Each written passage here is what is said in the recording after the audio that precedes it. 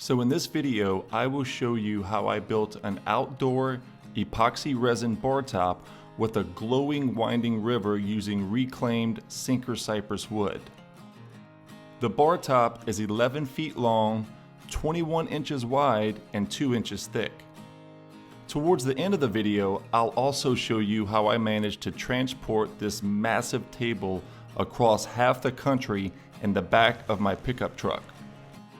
To start this live edge epoxy resin bar top, I contacted a local sinker cypress logger to purchase a slab. I decided to buy directly from the source for price, and I wanted to meet him. He was very knowledgeable and had a massive inventory of sinker cypress. The slab I chose was 14 feet long, 28 inches wide, and 2.5 inches thick. I hauled the slab home in my truck without issue. However, I forgot my bed extender, so I was a little nervous. More on my bed extender later in the video. The underside of the slab was obviously laying on the river bottom because these indentations don't appear to be the pecky fungus.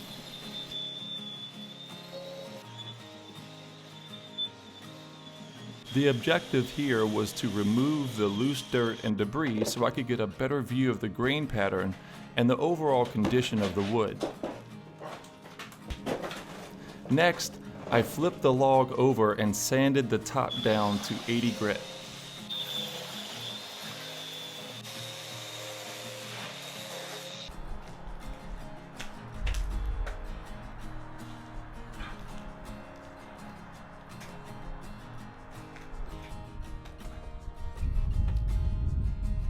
I carried the slab outside and cleaned up the live edge on both sides with my grinder and a Kutzall Extreme shaping disc.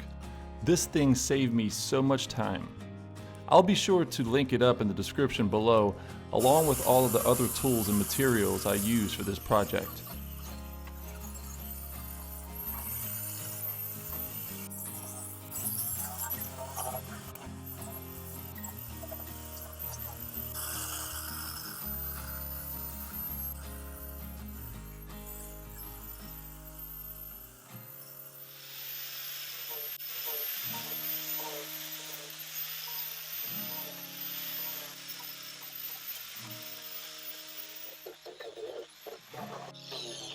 I flipped the table over and cleaned up the spots I couldn't reach with my rotary sander. My customer wanted one live edge facing the pool and one straight edge facing the bar. Sadly, I was forced to rip it down the middle since this slab has 2 live edges.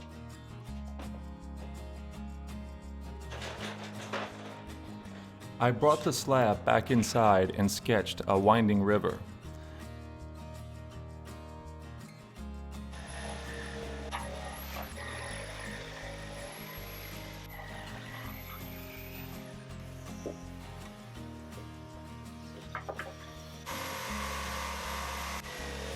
To reinforce the middle of the table, I used square steel tubing.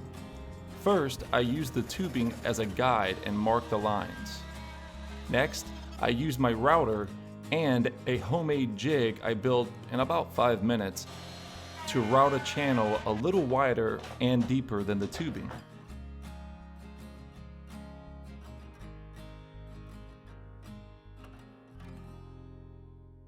With my daughter's help, I secured the steel tubing in the channels with Bondo. Well, my doll has a broken head. Why does your doll have a broken head? She is encouraging you to like this video. I didn't even realize she did that. After the Bondo dried, I sanded away the excess. To build the resin mold, I decided to use styrofoam insulation. I placed 3 sheets down the length of the slab and secured them to each other using silicone tape and packing tape. Next, I covered the entire side with packing tape, then Vaseline to serve as a release agent. I flipped the mold over, clamped it to the slab, and flipped the entire thing over. The slab was really heavy. I made sure the resin mold was 5 inches longer at each end. I used my razor knife to cut the underside of the styrofoam halfway in depth. This allowed me to form the end of each table. Before the first resin pour, I checked the resin temperature and it was a bit low. So I let it sit in the sun for about 10 minutes until it reached 70 degrees. I use a laser temperature gun to get an accurate temperature prior to every pour. I mixed the first 2 batches of resin the same way. First, I mixed the resin per the instructions and stirred. Next, I added the glow powder and stirred for about 5 more minutes. My blog contains the amounts of resin, glow powder, and other material I used. I'll leave a link in the description if you're interested. I poured the resin on one end of the table and moved my way down to cover the entire bottom.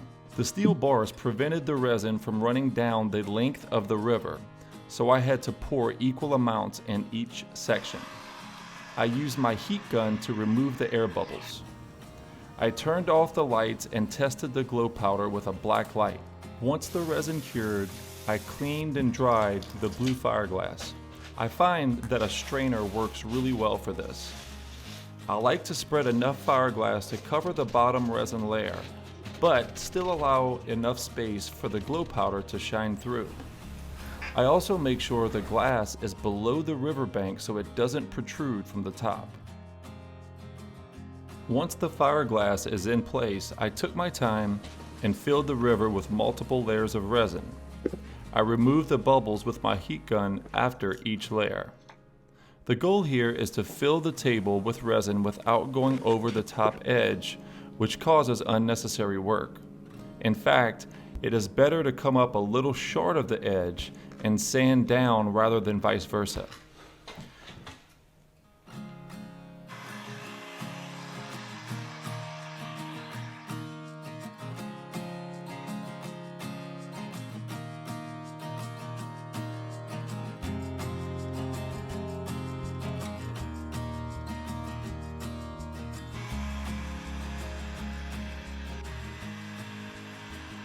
I use my track saw to trim each end of the table down to the final size. First, I made a straight mark across the table with my T-square. Next, I used a very old blade to cut each end using multiple passes. I had to cut through a small amount of fiberglass because I didn't leave myself enough room when spreading the fiberglass. I removed the resin mold and took the table outside to clean up the bottom with my grinder and a 50 grit metal sanding disc. The resin spread a little in the bottom during the initial pours because of the uneven spots on the underside of the table.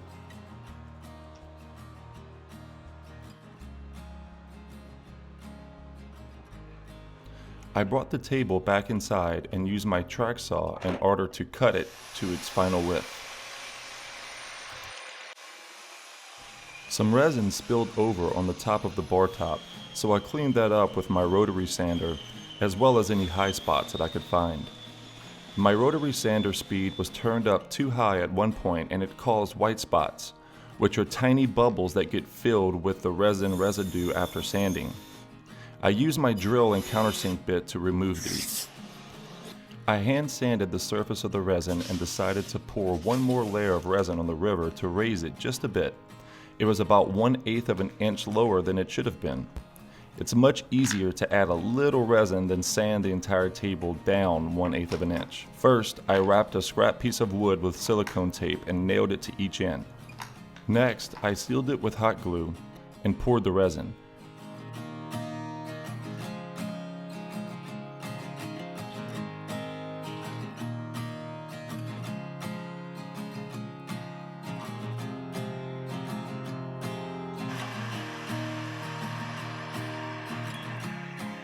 I actually needed more than I thought. I ended up using 2 32-ounce batches.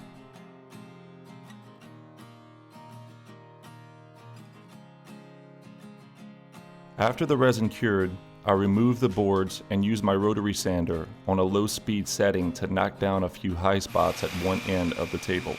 A variable speed sander is very useful when working with resin. The two areas were only about a 30-second higher than the river, but it needs to be flush before the seal coat. I sanded the entire table with a soft sanding pad and 320 grit sandpaper. I checked each part of the bar top where the resin river meets the wood to ensure it was flat. After using my hand plane to knock down a small high spot on the end of the table, I used my trim router with a 1/2 inch roundover bit on the straight side of the bar top. I asked my wife to help me on the first seal coat, and she was very nervous to mess up. So I took the opportunity to emphasize the importance of this step in the project. Because this is like the most important part of the whole project so far. Don't tell me that. Don't tell me that. Don't tell me that. Don't screw up now. I thought you were gonna pour it in the middle. Exactly what I'm doing. Oh, I thought you meant here to go there. The purpose of the seal coat is just as the name implies. It's meant to seal the surface. My wife spread the material with a squeegee back and forth and let a bead of material drip over the edge. There is also a formula for seal coats, which is 1 ounce per square foot of surface area.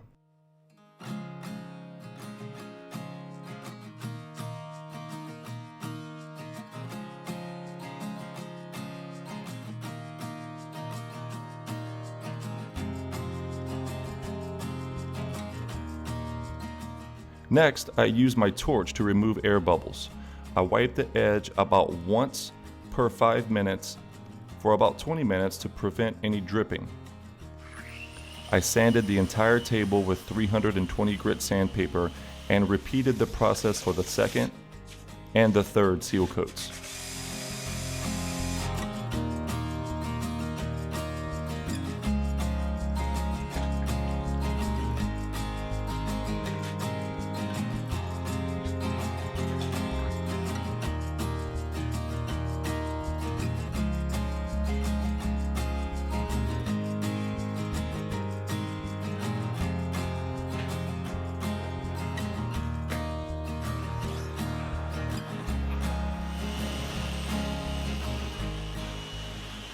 After I sanded the final seal coat, I mixed 3 ounces per square foot for the flood coat.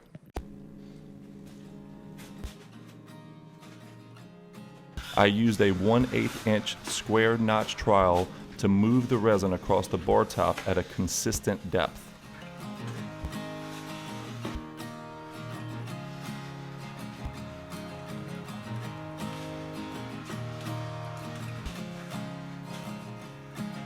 Then I used a brush to chop the material to facilitate proper blending.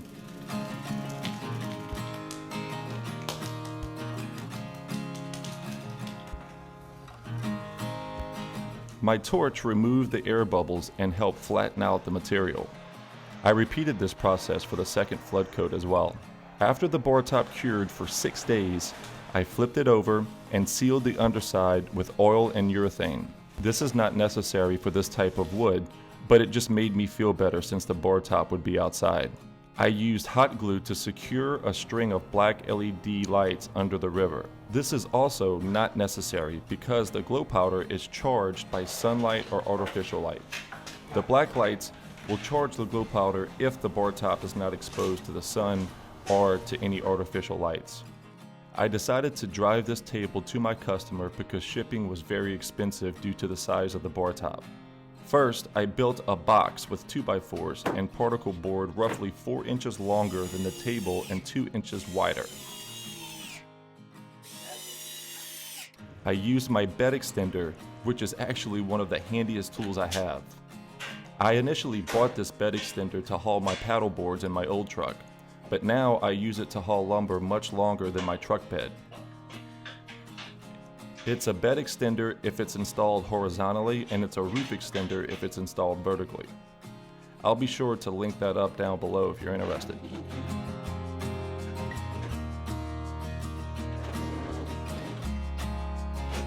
So I left my house at 4:30 a.m. in Louisiana and drove 12 hours to South Carolina. My wife warned me to just ship the table, but as usual, I didn't listen. I wanted to save my customer the huge shipping expense because he was so easy to work with. My travel expenses were much cheaper than the shipping expense, I can assure you. Additionally, I didn't think the drive would be too bad. I delivered the table to my customer, spent a few hours chatting with him and his family, and got back on the road later that evening. I enjoyed meeting my customer and his family. However, I will listen to my wife next time. Although I was happy to help out my customer, the trip simply was not worth it. It took me 2 days to recover. For additional details on this project, such as downloadable project plans, materials I used, and other tips and tricks that I just could not cram into this one video, be sure to check out the video description below. Drop any questions or comments in the comment section down below, and I'll do my best to answer them quickly.